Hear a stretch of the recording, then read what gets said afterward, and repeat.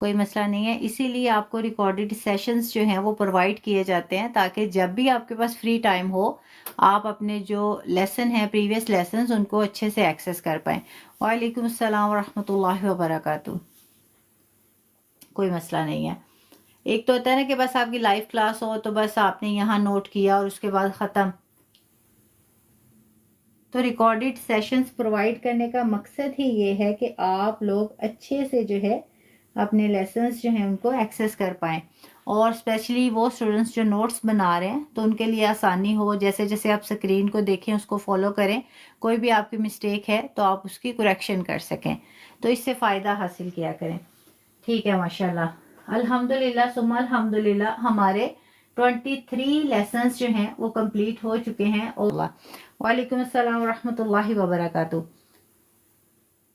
اچھا اب مجھے یہ بتائیں کہ آپ میں سے کون کون سے اسٹوڈنٹس ہیں جنہوں نے پریویس جو ہم نے 2 قاعدے کیے تھے نون ساکن اور تنوین کے اخفا اور اظہار، وہ قاعدہ کس کس نے کور کیا ہے؟ وعلیکم السلام ورحمۃ اللہ وبرکاتہ.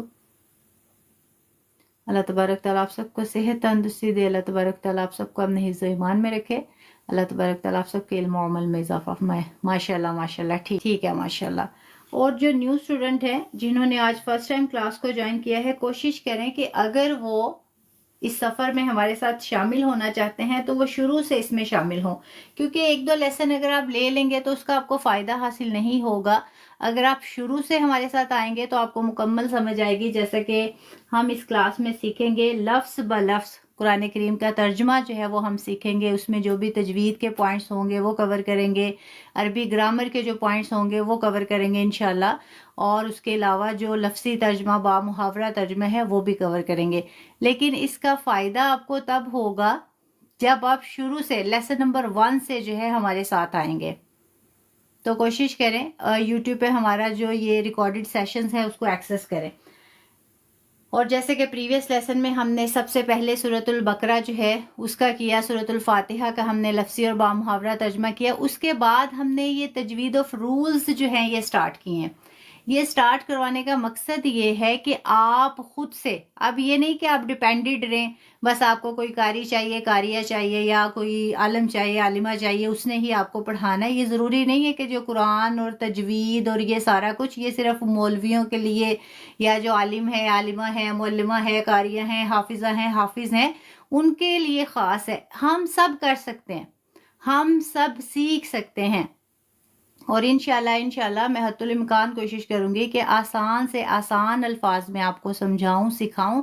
وہ لوگ بھی اس کلاس سے فائدہ حاصل کر سکتے ہیں جو بالکل بھی پڑھے نہیں ہیں، کیونکہ یہ قرآن ہے نا. اللہ تبارک و تعالیٰ نے خود فرما دیا ہے کہ وَلَقَدْ يَسَّرْنَا الْقُرْآنَ فَهَلْ مِن مُدَّكِرٍ، کہ ہم نے قرآن کریم کو آسان کر دیا ہے. کیا ہے کوئی اس کو سیکھنے والا؟ ہے کوئی اس سے نصیحت حاصل کرنے والا؟ ٹھیک ہے. تو جب اللہ تبارک و تعالیٰ خود اپنی کتاب میں کلام اللہ میں قرآن کریم میں فرما رہے ہیں کہ ہم نے اس قرآن کو آسان کر دیا، تو یہ کیسے ہو سکتا ہے کہ یہ ہم کہیں کہ تجوید بہت مشکل ہے، یہ تو صرف کوئی مولوی کر سکتا ہے، کوئی جو ہے قاریہ کر سکتی ہے قاری کر سکتا ہے حافظ کر سکتا ہے حافظ عالم عالمہ. ایسا نہیں ہے، ہم سب کر سکتے ہیں بشرطے کہ اگر ہم سیکھیں. اب سیکھنے کا سب سے بڑا فائدہ کیا ہوگا؟ نبی کریم صلی اللہ علیہ وسلم کا فرمان ہے خیرکم من تعلم القرآن وعلمہ، کہ تم میں سے بہترین وہ ہے جس نے قرآن سیکھا اور سکھایا. یعنی قرآن سیکھنے اور سکھانے والے کو آپ صلی اللہ علیہ وسلم نے بہترین لوگوں میں شمار فرمایا ہے. سبحان اللہ. اب دیکھیں صرف یہ نہیں کہ جو سکھا رہا ہے اس کو کہا گیا ہے بلکہ سیکھنے والے کو بھی اس میں شامل کیا گیا ہے. تو اس کا کیا مطلب کہ اگر ہم سیکھتے ہیں یا سکھاتے ہیں، اب ظاہر سی بات ہے سکھائیں گے تو تب ہی نا، اس قابل تو ہم تب ہوں گے جب ہم سیکھیں گے. ایک ہوتا ہے پڑھنا، ایک ہوتا ہے سیکھنا. پڑھنے کے لیے ہمیں کتاب چاہیے، سیکھا جو ہوتا ہے نا اس کے لیے کتاب نہیں چاہیے. وہ آپ اپنے دل و دماغ میں محفوظ کر لیتے ہیں اور پھر آپ کسی ٹائم بھی وہ سکھا سکتے ہیں. اچھا باتیں بہت ہوگی کیونکہ آج ہمارا لیسن جو ہے کافی دن کے بعد ہم نے لیسن سٹارٹ کیا. تھوڑا سا درس و تدریس جو ہے یہ بھی ساتھ ساتھ جاری رکھنا ہوتا ہے. جیسے کہ میں ہمیشہ آپ کو مثال دیتی ہوں کہ پودے کو جیسے پانی دیتے ہیں نا تو وہ تر و تازہ رہتا ہے،